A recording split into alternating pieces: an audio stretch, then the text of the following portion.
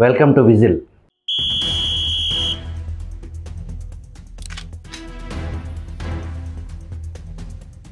పంతొమ్మిది 1940వ దశకంలో నాటి భారతదేశ పరిస్థితులు వేరు, నేటి పరిస్థితులు వేరు.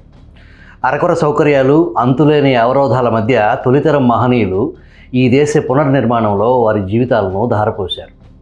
అటువంటి మహానుభావుల తరం నుంచి వచ్చిన భారతీయ సైన్స్ శిఖరం శాంతి స్వరూప్ గురించి కేంద్ర సాహిత్య అవార్డు గ్రహీత, త్రిపురనేని రామస్వామి జాతీయ పురస్కారం తొలి గ్రహీత డాక్టర్ దేవరాజు మహారాజు ఎడిట్ పేజ్ నుంచి ఈ వీడియో లాగ్. కొందరు తమను తాము గుర్తుంచుకుంటారు, తాము నివసిస్తున్న సమాజ అవసరాన్ని గుర్తిస్తారు, తమ కర్తవ్యాన్ని తమకు తామే నిర్దేశించుకుంటారు, తాము నడుస్తూ సమాజాన్ని ముందుకు నడిపిస్తారు. బాధ్యత గల శాస్త్రవేత్తలు చేస్తుంది ఇదే. ఈ కోవకు చెందిన భారతీయ శాస్త్రవేత్తల్లో శాంతి స్వరూప్ భట్నాగర్ ముఖ్యులు. ఈరోజు మన దేశంలో ఉన్న ప్రధాన పరిశోధనా సంస్థలన్నిటికీ ఒకనాడు రూపకల్పన చేసింది ఆయనే. Father of research laboratories. ఆయన గౌరవార్థం council of scientific and industrial research CSIR వారు ప్రతి ఏటా ప్రతిభావంతులైన శాస్త్రవేత్తలకు శాంతి స్వరూప్ భట్నాగర్ ప్రైజ్ పేరిట అవార్డులు ఇస్తారు. ఈ అవార్డు శాస్త్ర వైజ్ఞానిక రంగాల్లో ఎంతో గౌరవప్రదమైంది. శాంతి స్వరూప్ భట్నాగర్ పాకిస్తాన్లోని షాపూర్లో పుట్టారు. తల్లిగారి తండ్రి అంటే తాతగారైన ప్యారేలాల్ పోషణలో ఉత్తరప్రదేశ్లో పెరిగాడు. ఆ తాతగారు ఆ రోజుల్లో రైల్వే ఇంజనీర్గా పనిచేసేవారు. శాంతి స్వరూప్ తల్లి పార్వతి, తండ్రి పరమేశ్వర్ సహరు. వంశపారపర్యంగా వస్తున్న ఇంటి పేరు సహరును వదిలేసి హిందూ, ముస్లిం, సిక్కు, క్రైస్తవ మతాలకు దూరంగా వెళ్ళి కాయస్థుల్లో చేరి శాంతి స్వరూప్ భట్నాగర్గా మారాడు. చిన్నతనంలో శాంతి స్వరూప్లో వైజ్ఞానిక జిజ్ఞాసను పెంచింది ఆ తాతగారే.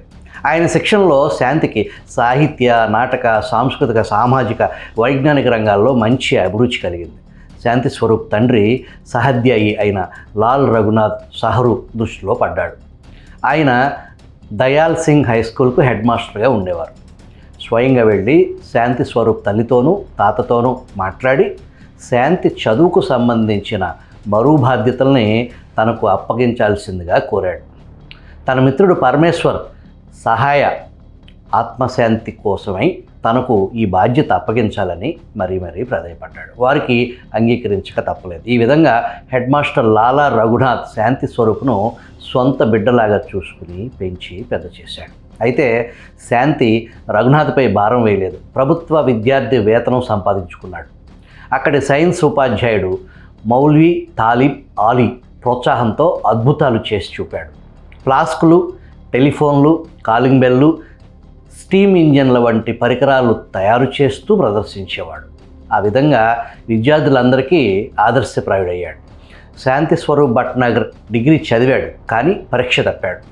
మరోవైపు అప్పటికే పెద్దవాళ్ళు పెండ్లి చేశారు. డిగ్రీ పూర్తి కాలేదు, ఉద్యోగము లేదు.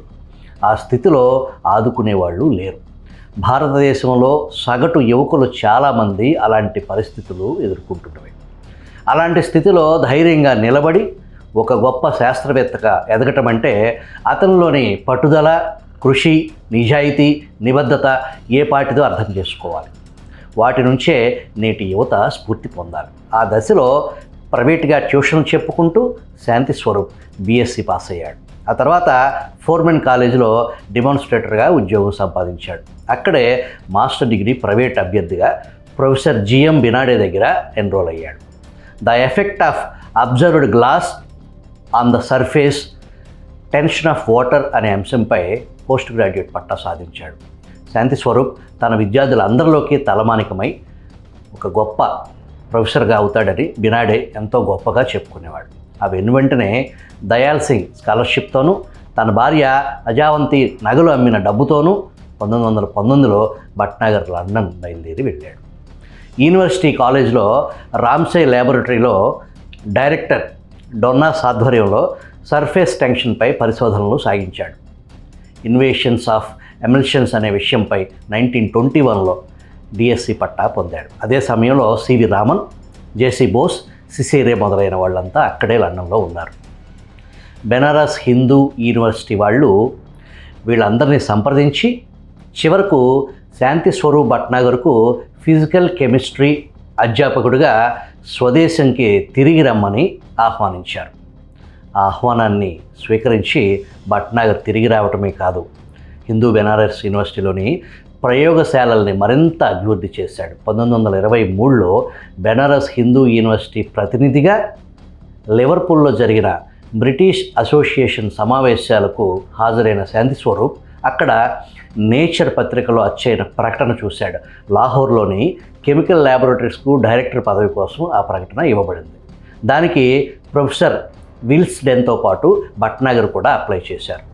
ప్రొఫెసర్ విల్స్డెన్కు ఆ పదవి దక్కాలని భట్నాగర్ విరమణ, ఆ పదవి నుంచి ఆ అప్లికేషన్ నుంచి భట్నాగర్ విరమించుకోవాలని పెద్ద ఎత్తున ఒత్తిళ్ళు వచ్చాయి. భట్నాగర్ పోటీ నుంచి తప్పుకోలేదు. చివరికి ప్రొఫెసర్ విల్స్డెన్ ప్రయత్నాలు మానుకుని వెళ్ళిపోయాడు. దేశం బ్రిటిష్ వారి ఆధీనంలో ఉన్నప్పుడు బ్రిటిష్ ప్రొఫెసర్ను పంపించి ఒక భారతీయ శాస్త్రవేత్త ఆత్మస్థైర్యంతో నిలబడి డైరెక్టర్ పదవి సాధించడం అన్నది మామూలు విషయం కాదు. భట్నాగర్ మామూలు వాడు కాదు అన్నది రుజువైంది. 1942 సెప్టెంబర్లో Bhatnagar council of scientific and industrial research రూపకల్పన చేశాడు. త్వరితగతిన దేశం పారిశ్రామికంగా ఎంతో పురోగతి సాధించింది. ఒకవైపు టాటా స్టీల్ వారు సర్జికల్ స్టీల్ తయారు చేసే పనిలో ఉన్నారు. మరోవైపు టెక్స్టైల్ మిషనరీ ఇండస్ట్రీ, ఇంకోవైపు షుగర్ ఇండస్ట్రీ శాఖలుగా పెరిగిపోయాయి. National physical, chemical, metallurgical, glass, fuel, building, road, leather, electrochemical, drug and food technology మొదలైన వివిధ రంగాలకు చెందిన జాతీయ పరిశోధనా శాలలకు భట్నాగర్ రూపకల్పన చేసి ప్రపంచ వైజ్ఞానిక రంగంలో భారతదేశానికి ఒక విశిష్ట స్థానాన్ని కల్పించాడు. స్వతంత్రం లభించకముందే దేశ అవసరాలను గుర్తించి దేశం బ్రిటిష్ వారి పాలనలో ఉండగా ఇన్ని పరిశోధనలకు అనుమతి సంపాదించడం అంటే ఎంత క్లిష్టమైందో చెప్పనవసరం లేదు. సిఎస్ఐఆర్ నెలకొల్పటంలో భట్నాగర్, జేసీ ఘోష్, జేఎం ముఖర్జీ, మేఘనాథ్ సాహా, ఎస్కే మిత్రా, నాజర్ అహ్మద్ మొదలైన భారతీయ శాస్త్రవేత్తలంతా సహకరించారు. 1947లో దేశానికి స్వతంత్రం వచ్చే వరకు సిఎస్ఐఆర్కు శాంతి స్వరూప్ భట్నాగర్ అధ్యక్షుడిగా ఉన్నాడు. స్వతంత్రం వచ్చిన తర్వాత తొలి ప్రధాని జవహర్లాల్ నెహ్రూ దానికి అధ్యక్షుడయ్యాడు. భట్నాగర్ సెక్రటరీగా పనిచేశారు. ఆ తర్వాత సిఎస్ఐఆర్ 40 శాఖలుగా విరాజిల్లింది. 6,000 మంది శాస్త్రవేత్తలతో, 13,000 మంది సాంకేతిక నిపుణులతో, మరో 6,000 మంది ఇతర ఉద్యోగులతో స్థిరపడి ఆ సంఖ్య పెరుగుతూ పోయింది. 100 కోట్ల నిధులతో అది ఒక పెద్ద సంస్థగా రూపుదిద్దుకుంది. ఆస్ట్రోఫిజిక్స్ నుంచి యాంటీబయోటిక్స్ దాకా, కంప్యూటర్స్ నుంచి క్యాటలిస్ట్ దాకా వివిధ రంగాల్లో జరిగే పరిశోధనలకు సిఎస్ఐఆర్ ఆర్థిక సహాయం అందిస్తూ ఉంటుంది. భట్నాగర్ సమయస్ఫూర్తి గురించి ఎంతోమంది ఎన్నో విషయాలు చెబుతూ ఉంటారు. ఒకసారి లెదర్ రీసెర్చ్ ఇన్స్టిట్యూట్ బిల్డింగ్స్ తయారయ్యాయి. హడావుడిగా ప్రారంభోత్సవం ఏర్పాటు చేశారు. బిల్డింగ్లో ఎక్కడ ఏమీ లేవు. వెంటనే ఆయన మ్యూజియం వాళ్లను అడిగి జంతువుల మోడల్స్ అక్కడికి తెప్పించి వాటిని అందంగా భవనం అంతా అమర్చమన్నాడు. అంతే, ఆ అమరిక ఆ కొత్త భవనానికి వింత శోభనిచ్చింది. అది జంతు చర్మాలపై పరిశోధన చేసే సంస్థ కనుక ఆ అమరిక అందరికీ నచ్చింది, ఆకట్టుకుంది కూడా. మరోసారి కరికుడి ఇన్స్టిట్యూట్ విషయంలో ఇలాగే జరిగింది. ఆ సంస్థ చుట్టుపక్కల ఏ పట్టణము లేదు, కనీస అవసరాలు లేవు. అంతటి మారుమూల పల్లెలో జాతీయ సంస్థ నెలకొల్పటం ఏంటి అని కొందరు రాజకీయం చేద్దాం అనుకున్నారు. ప్రారంభోత్సవానికి ప్రధాని నెహ్రూ కూడా రాబోతున్న సందర్భం అది. భట్నాగర్ తెలివిగా పరిస్థితుల్ని తనకు అనుకూలంగా మార్చుకున్నాడు. అధైర్యపడలేదు. ప్రధాని నెహ్రూ మెడ్రాస్లో విమానం దిగి కరికుడి వచ్చే దారిలో 100 ట్యాక్సీలు ఏర్పాటు చేశాడు. వారు చేయాల్సింది ఏమీ లేదు. ఆ రోజంతా ఆ దారిలో అటు నుంచి ఇటు, ఇటు నుంచి అటు తిరుగుతూ ఉండాలి, అంతే. ఆ ఉపాయం బాగా పనిచేసింది. దారి పొడవునా కార్ల రాకపోకలు చూసిన నెహ్రూజీకి అదొక మారుమూల ప్రదేశం అన్న ఆలోచన రాలేదు. 100 ట్యాక్సీ కార్లతో ఆ ప్రాంతమంతా పట్టణ ప్రాంతం అన్న భ్రాంతిని కలిగించాడు భట్నాగర్. ఆ సంస్థ ప్రారంభమయ్యాక క్రమక్రమంగా ఆ ప్రాంతం అంతా దానంతట అదే అభివృద్ధి అయింది. జటిలమైన సమస్యలకు సులువైన మార్గాలు అన్వేషించడంలో శాంతి స్వరూప్ భట్నాగర్ది అందివేసిన చెయ్యి. అవి 2వ ప్రపంచ యుద్ధం జరుగుతున్న రోజులు. యుద్ధానికి కావలసిన పరికరాలని గ్రూప్ సప్లైస్ కౌన్సిల్ అందిస్తూ ఉండేది. పెట్రోల్, డీజిల్ లాంటి ఇంధనాలు హెలికాప్టర్ నుంచి యుద్ధం జరిగే ప్రదేశాల్లో జార విడిచేందుకు తగిన డబ్బాలు అవసరమయ్యాయి. రేకు డబ్బాలకు ప్రత్యామ్నాయంగా మరేమైనా ఉంటే బాగుంటుందనే తర్జన భర్జన పడుతున్న సమయంలో ఆ సమస్యకు శాంతి స్వరూప్ ముందుకొచ్చింది. పాలిమర్ కెమిస్ట్రీ మీద నుంచి మంచి పట్టు ఉన్నవాడు కాబట్టి తన ప్రయోగశాలలో ప్లాస్టిక్ డబ్బా కంటైనర్ తయారు చేశాడు. ఆ రోజుల్లో సిఎస్ఐఆర్ ప్రయోగశాల ఢిల్లీ విశ్వవిద్యాలయ ప్రాంగణంలో ఉండేది. భట్నాగర్ అక్కడి నార్త్ బ్లాక్ బిల్డింగ్ పైకెళ్ళి కొన్ని వందల మంది సమక్షంలో తన చేతిలో ఉన్న ఆ ప్లాస్టిక్ డబ్బాను బలంగా కిందకు విసిరేశాడు. డబ్బా కానీ అందులోని నీరు కానీ చెక్కు చెదరలేదు.